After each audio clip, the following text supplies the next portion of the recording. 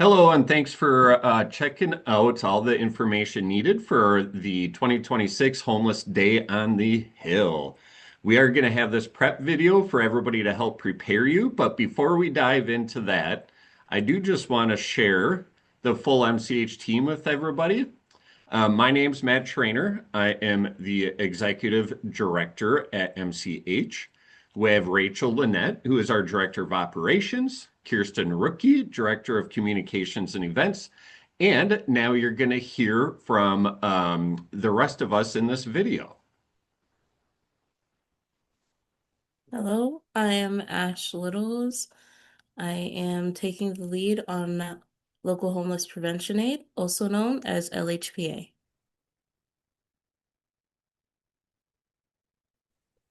What's up, everybody? My name is Dakota Morgan. I am leading on the Stay Investment Program and improving the Extended Foster Care Program. Hey everyone, I'm Jason Urbanchik. I am working legislation with Impact Minnesota for MCH. Hello, my name is Randy Wickham, and I'm heading up the Sustain the Gain. All right, thank you all. So what I'm going to do quick before I hand it off to Ash is to go over the schedule of the day. So you can go on our website, which is under Get Involved Homeless Day on the Hill, and you can scroll right on down to the schedule of the day here. And what I like to do is just click download, and then you can click on it up here. So as you can see, things are different this year. So I want to be very clear that lawmaker visits will happen, between 8 and 4 p.m., but there is no formal check-in. You will be able to see your lawmaker times on our website in the future, and you can either go straight to those or we have different locations for you to pick up materials. We'll get into that later. But I also want to point out that we will be having a press conference as well between 1 to 2:30. It's going to be on the Sustain the Gain legislative priority, which you can hear more about in a separate video in this YouTube playlist.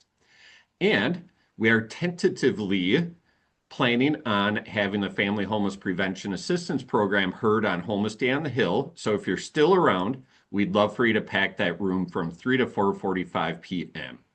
And then in this, you can see some other information. Registration, again, no in-person check-in is required. We're not doing that, but there is materials to pick up. We'll have spots in the Department of Transportation, Centennial Building, and the Senate Building. You are currently watching this, and it's really important to watch everything. And then we just want to lift up that we do have some lunch vouchers, thanks to our lunch sponsor, Align Minneapolis.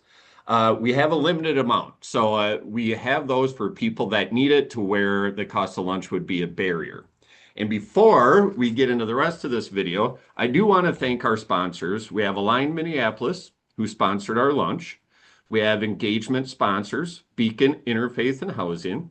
We have our champion sponsors, Duffy Development, Catholic Charities of the Twin Cities, and Central Presbyterian Church. And we also have our leader sponsor, Minnesota Catholic Conference. Thank you so much for that, Matt. Moving on, we're going to find who represents me. You want to find who represents you, along with a photo of your House and Senate representatives on the MN Legislator website here. This is how you find your Minnesota lawmaker. Enter your address, city, state, and zip code, or any area of the area that you may reside in. And the lawmakers that you want to make sure of is the ones with MN in front for your House and Senate representative. If you would like to know your federal lawmakers and who they are, look for the US in front for both House and Senate representative. Now that you know who your lawmakers are, here are some instructions for your lawmaker visits. Please note, the new location for the House of Representatives visits will be in the Centennial Office Building. All Senate visits will be in the MN Senate Building. You will need to meet outside with your lawmaker visits 30 minutes early. to make sure that you can meet other advocates who will be joining you.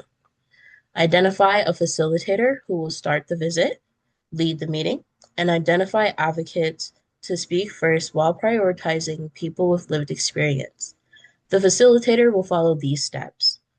Step number 1, open the meeting with, "We are here for Homeless Day on the Hill. My name is Ash, and before we start, we are asking that we focus on ending homelessness and not political parties, because shelter saves lives and housing ends homelessness. Thank you for meeting with us." Step number 2, have everyone quickly introduce themselves, but please do not spend the entire time on introductions. If you are in a large group, which is over 10 people, there is a chance that not everyone will be able to introduce themselves. So please prioritize people with lived experience to speak first.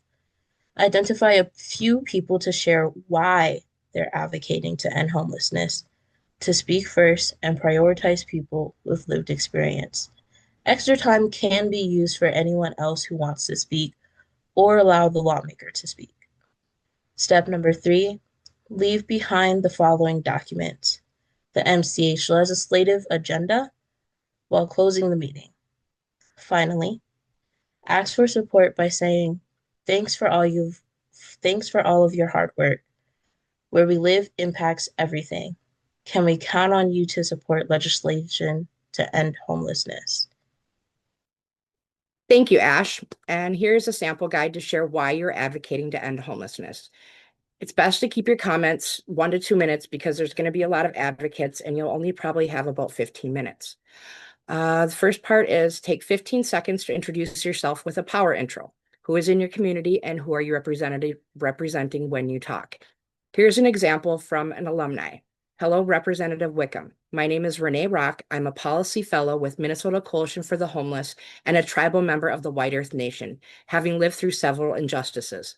As a housing advocate and a lived experience leader, I share my experience to amplify the voices of those navigating unjust systems and experiencing housing instability. I intend to ensure that the community will be seen and respected and therefore given the opportunity to experience the feeling of long-term housing stability. The second part is going to take about 45 to 75 seconds to share why you support priorities to end homelessness. Small groups, you'll be able to spend a little bit more time. Large groups, you'll have less time so others can speak. Here are some questions to ask yourself. Why do you care about ending homelessness and creating more affordable housing? Why would this solution make a difference for your community? Do you have personal experience to explain why it's needed? Do you have a friend or family member or someone you work with who has given you permission to share their story? How do you work or volunteer to fight homelessness or create more affordable housing? And how is this a smart decision for legislators to make? Here's an example. I support priorities to end homelessness because housing is a basic human right.